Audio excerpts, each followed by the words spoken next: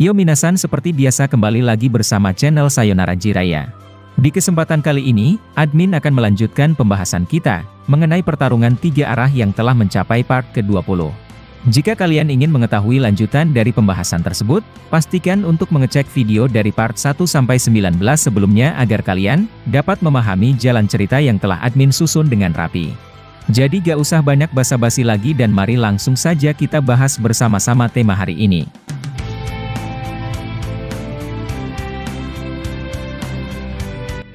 Sebelum memulai pembahasannya, admin ingin menjelaskan bahwa manga chapter Boruto versi resminya tak lama lagi akan rilis, yakni pada tanggal 20 September mendatang.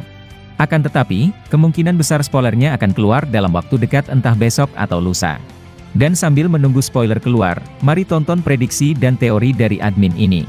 Jadi, pada adegan terakhir di video part ke-19 kemarin, memperlihatkan adegan mengharukan antara Hime dan Boruto. Hime terlihat bingung dengan semuanya setelah Boruto mengatakan bahwa dia juga rindu pada Naruto. Padahal sebelumnya, Boruto yang telah menjadi Kawaki ini hanya sebagai anak angkat saja di keluarga sang Hokage ke-7 itu. Nah selanjutnya, mari kita lanjut pembahasannya pada video part ke-20 ini. Adegan pertama dimulai dari percakapan antara Eida dan Kawaki. Eida diperlihatkan kembali ke tempatnya semula dan mencoba mengawasi serta mencari tahu cakra dari Sasuke. Setelah mereka menghilang melewati portal karma, Eida dan Kawaki bahkan tak bisa merasakan cakra mereka. Di satu sisi, Eida terlihat curiga pada Sarada. Eida merasa bahwa Sarada tidak terpengaruh kekuatan Zeno miliknya. Dia masih syok dan terus berpikir mengenai apa yang membuat Sarada tidak terpengaruh omnipoten. Adegan lalu berpindah ke Kawaki yang kembali ke tempat Kode berada. Sesampainya di sana, Kode menyapa Kawaki dengan ekspresi mengejek. "Hei Kawaki, apa kau berhasil melumpuhkan Boruto di sana? Jangan bilang bahwa kau tidak mampu melawannya atau mungkin dia sekarang melarikan diri darimu. Jika itu benar, maka sudah seharusnya kau menerima tawaranku tadi. Lebih baik kita bekerja sama untuk melawan Boruto karena kita memiliki tujuan yang sama. Namun, kau malah sombong dan mencoba melawan kami berdua." Kawaki lalu menjawab, "Diam kau Kode, aku akan langsung membunuhmu di sini." Kemudian, adegan beralih ke Eida yang mencoba menghubungi Kawaki melalui alat komunikasi. Kawaki menerima panggilan Eida dan sekarang, Eida ingin berbicara sesuatu hal kepadanya. Eida kemudian berkata, "Kawaki, apa kau tidak curiga dengan perilaku Sarada tadi? Dia tampaknya memiliki ingatan masa lalu dan itu membuatku tidak tenang." Kawaki kemudian menjawab, "Sejak awal aku sudah merasa curiga padanya. Dia sampai mengaktifkan Mangekyo miliknya dan itu merupakan sebuah alarm bahwa dia siap bertarung melawan kita." Eida kemudian berkata, "Aku telah mengambil kesimpulan bahwa Sarada tidak terpengaruh kekuatan Zeno milikku." Kawaki lalu menjawab, "Kau mungkin benar Eida, akan tetapi, dia bukan seorang Otsutsuki. Bahkan dia juga bukan seseorang yang seperti kau, aku, dan juga Daemon." Eida kemudian menjawab, "Aku juga merasa heran dengannya." Nah seperti yang kalian ketahui, pada chapter 81 kemarin, Eida sebenarnya telah curiga kepada Sarada maupun Sumire. Admin ingin menjelaskan lagi sedikit adegan percakapan antara Eida dan Sarada pada chapter 81 kemarin. Karena pembahasan kita hari ini berfokus untuk mencari tahu identitas dari Sarada, tentang mengapa dia tidak terkena Zeno milik Eida. Kembali ke chapter 81, saat itu, Sarada dan Sumire datang di tempat Eida dan Daemon berada. Seperti biasanya, Sarada baru selesai memprotes Shikamaru dan membela Boruto dan ayahnya. Daemon terlihat mengatakan bila Sarada dan Sumire sama sekali tidak menyerah pada hal yang mereka lakukan, benar-benar mustahil untuk terjadi. Eida kemudian berterus terang pada mereka berdua tentang kekuatan Zeno yang merupakan salah satu dari kekuatan Otsutsuki.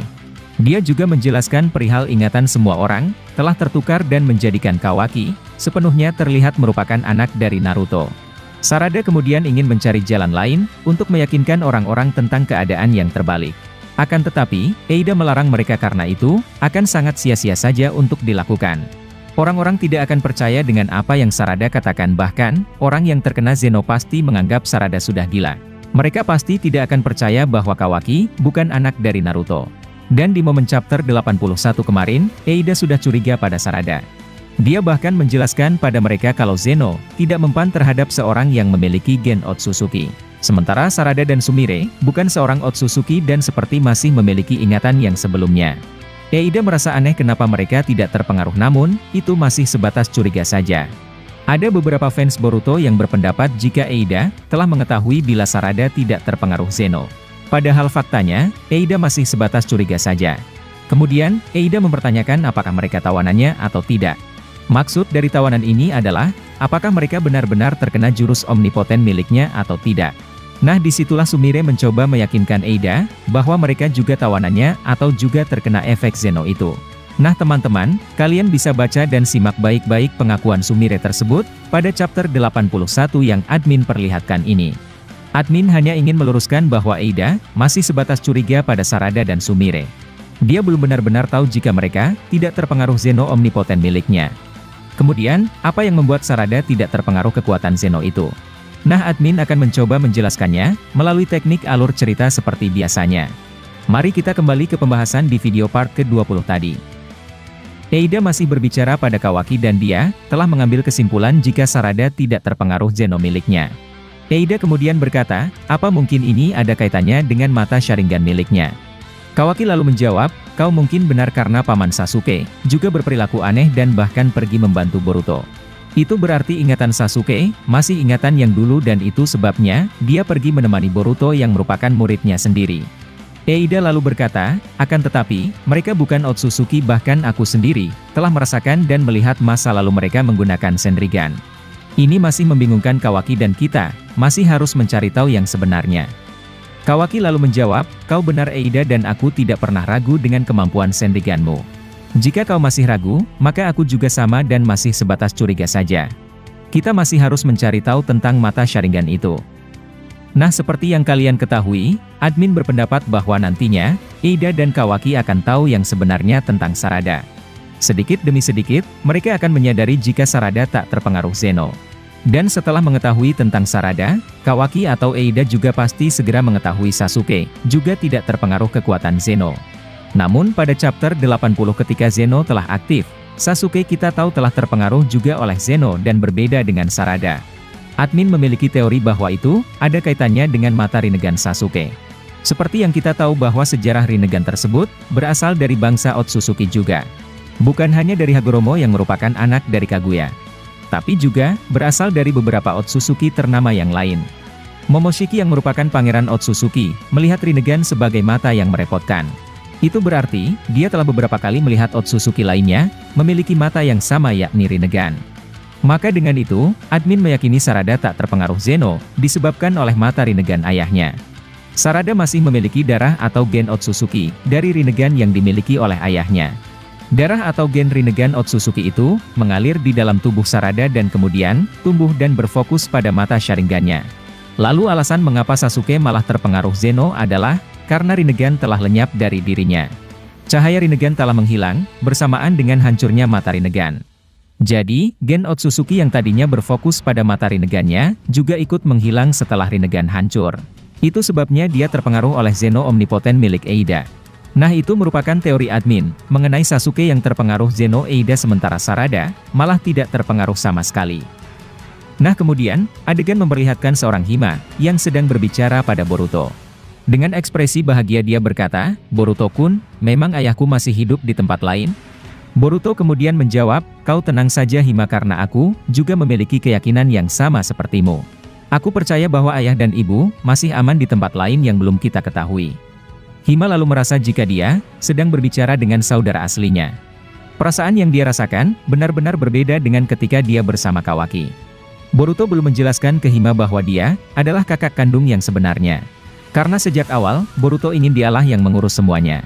Boruto tak ingin adiknya, gurunya, dan juga Sarada ikut campur dalam masalahnya. Dia takut bahwa nanti mereka akan terluka akibat ulah dari Kawaki. Boruto kemudian berbicara pada Sarada dengan berkata, Sarada, kau pasti telah dicurigai oleh mereka maka dengan itu, kau tunggulah di sini bersama ayahmu. Aku akan ke sana seorang diri dan mencoba melihat keadaan Paman Koji. Dia berhasil mengalihkan perhatian mereka dan rencana kami, akhirnya berhasil dilakukan untuk menyembuhkan ayahmu. Sebelum lanjut, admin ingin menjelaskan bahwa ini masih seputar prediksi dan teori yang berbentuk alur cerita. Prediksi ini, admin targetkan akan terjadi pada chapter-chapter kedepannya. Namun, prediksi tetaplah prediksi yang bisa benar dan juga bisa salah. Admin harap kalian semua bisa menikmati apa yang telah admin sampaikan. Lalu adegan terakhir memperlihatkan seorang Kakashi berbicara dengan Koji dari dalam perut katak milik Koji. Koji mengaku ke Kakashi bahwa dia berada di pihak Boruto dan bukan musuh Konoha. Dia hanya mencoba mengalihkan perhatian mereka, agar tidak berfokus pada munculnya Boruto di desa. Kakashi kemudian berkata bahwa Boruto adalah pembunuh Naruto dan dia merupakan musuh Konoha. Koji lalu menjelaskan bahwa mereka telah terkena sesuatu yang sulit untuk dipercaya. Seketika Boruto datang di tempat Amado dan Sai berada sementara Koji merasakan datangnya Boruto. Dia kemudian mengeluarkan Kakashi dari dalam perut katak tersebut, sambil bertemu Boruto di situ. Amado dan Sai terkejut melihat kedatangan Boruto dan mereka telah melihat Kakashi muncul setelah dianggap menghilang. Nah itu tadi adegan terakhir pada pembahasan kita, pada video part yang ke-20 ini. Seperti yang kalian ketahui, ini masih seputar teori dan prediksi saja, untuk cerita Boruto pada chapter-chapter yang akan datang. Bisa jadi dalam beberapa prediksi tersebut, ada yang akan benar-benar terjadi dalam manga maupun anime Boruto. Dan selanjutnya, kita akan membahas spoiler manga Boruto, dan juga mereview manga resmi Boruto. Tunggulah prediksi admin selanjutnya, setelah manga resmi rilis pada tanggal 20 September mendatang. Masih banyak prediksi atau hal-hal yang akan terjadi ke depannya, yang bakalan kami bahas tuntas di channel ini. Dan jika kalian suka dengan pembahasan teori maupun fakta di channel kami, jangan lupa untuk selalu stay menunggu dan selalu berlangganan. Sampai jumpa di video selanjutnya dan salam Shinobi.